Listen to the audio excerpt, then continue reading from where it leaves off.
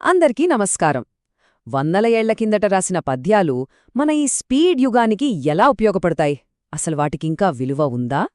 ఈరోజు మనం మన తెలుగు సాహిత్యంలో దాగియున్న ఒక అద్భుతమైన వివేక భాండాగారం గురించి తెలుసుకోబోతున్నాం. అదే శతక మాధుర్యం. ఒక్కసారి ఆలోచించండి, ప్రపంచం ఎంత వేగంగా మారిపోతోందో. టెక్నాలజీ, ట్రెండ్స్ అన్నీ క్షణాల్లో మారిపోతున్నాయి. ఇలాంటి సమయంలో ఎప్పటికీ నిలిచి ఉండే జ్ఞానం కోసం ఎక్కడ వెతకాలి? మనల్ని సరైన దారిలో నడిపించే సూత్రాలు ఎక్కడ దొరుకుతాయి? విచిత్రమేంటంటే ఈ ప్రశ్నకు సమాధానం మన ప్రాచీన సాహిత్యంలోనే దాగి ఉంది. అవును, ఆశ్చర్యంగా అనిపించినా ఇదే నిజం. కొన్ని రకాల వివేకం శతాబ్దాలుగా గురువు నుంచే శిష్యుడికి, అలా ఒక తరం నుంచి మరో తరానికి అందింది. అలాంటి ఒక అద్భుతమైన సాహిత్య ప్రక్రియ మన తెలుగులో ఉంది. అదే శతకం.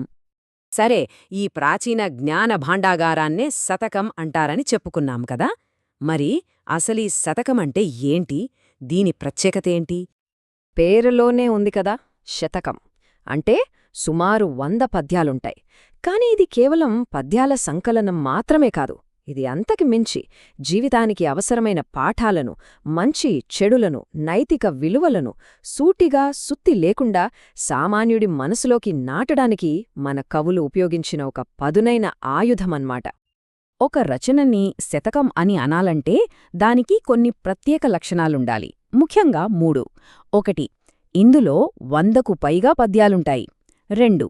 ప్రతి పద్యం ఒక ముక్తకం, అంటే ఏ పద్యానికి ఆ పద్యమే పూర్తి అర్థాన్నిస్తుంది. ముందు పద్యంతో వెనక పద్యంతో సంబంధముండదు. ఇక 3ది చాలా ముఖ్యమైనది, మకుటం. ఇది కవి యొక్క సిగ్నేచర్ లాంటిది. ప్రతి పద్యం చివర ఒకే వాక్యం మళ్లీ మళ్లీ వస్తుంది. ఉదాహరణకు మనందరికీ తెలిసిన వేమన పద్యాన్ని చూడండి. పద్యం చివర విశ్వదాభిరామ వినురవేమ అని ఉంటుంది కదా. సరిగ్గా అదే మకుటం. ప్రతి పద్యానికి ఒక కిరీటంలా, ఆ కవి సంతకంలా నిలుస్తుందన్నమాట. సరే, శతకమంటేంటో తెలిసింది. మరి శతకాలు మనకు ఏం నేర్పుతాయి? అందులోంచి కొన్ని ముఖ్యమైన విషయాలు చూద్దాం. ముందుగా వినయం అంటే హ్యూమిలిటీ అనే గొప్ప గుణం గురించి ఈ పద్యాలు చెప్పిన కొన్ని అద్భుతమైన పాఠాలు విందాం. చూడండి, 16వ శతాబ్దంలో, అంటే దాదాపు 500 ఏళ్ల క్రితం, మారద వెంకయ్య అనే కవి వినయాన్ని ఎంత గొప్ప పోలికతో చెప్పారో.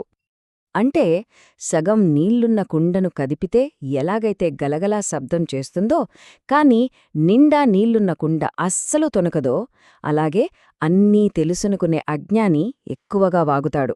కాని నిజమైన జ్ఞానమున్నవాడు ప్రశాంతంగా నిండు కుండలా ఉంటాడు. చూడండి, ఎంత సింపుల్గా, ఎంత లోతైన విషయాన్ని చెప్పారో. ఇక వినయం గురించే మరో అద్భుతమైన మాట. 18వ శతాబ్దానికి చెందిన ఏనుగు లక్ష్మణ కవి తన సొంత అనుభవం నుంచి ఏం చెప్పారో చూద్దాం.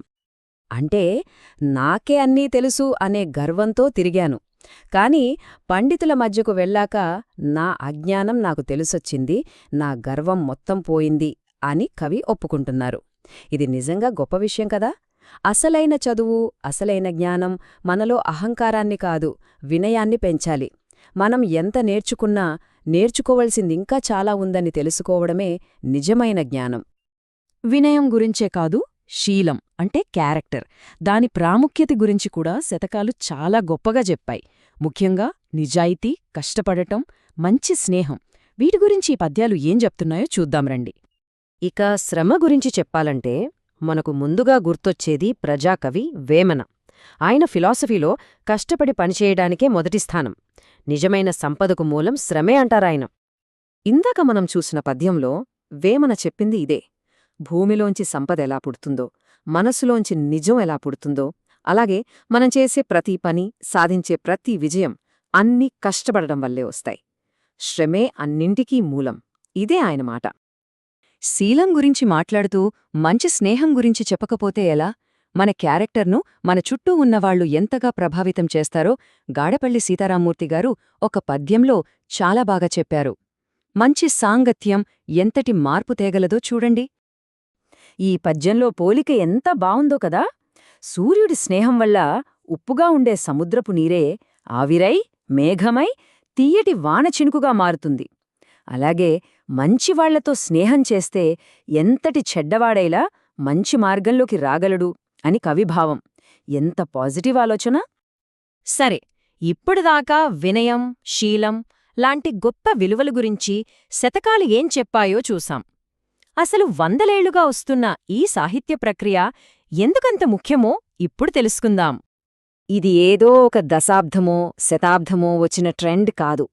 16వ శతాబ్దంలో మారద వెంకయ్య దగ్గరి నుండి, 17వ శతాబ్దంలో వేమన, అలా 19, 20వ శతాబ్దాల వరకు, అంటే దాదాపు 500 సంవత్సరాలకు పైగా కొనసాగిన ఒక సజీవ సాహిత్య ప్రవాహమిది. అంటే ఈ కవులు కేవలం పద్యాలు రాసి వదిలేయలేదు. వాళ్ళు శతకాన్ని ఒక అద్దంలా వాడారు. సమాజంలోని లోపాలను విమర్శించారు, మంచి విలువలను నేర్పించారు, తరతరాలకు దారిచూపే దీపాల్లా నిలిచారు. కాబట్టి ఒక్కసారి మనసు పెట్టి ఆలోచిద్దాం. ఈరోజు మనం చెప్పుకున్న ఈ పద్యాల్లోని వివేకంలో ఏ ఒక్క చిన్న మాట, ఏ ఒక్క సూత్రం మన ఆధునిక జీవితానికి దారిచూపగలదు? ఆ పునాదుల మీద మన భవిష్యత్తును ఎంత బలంగా కట్టుకోవచ్చు?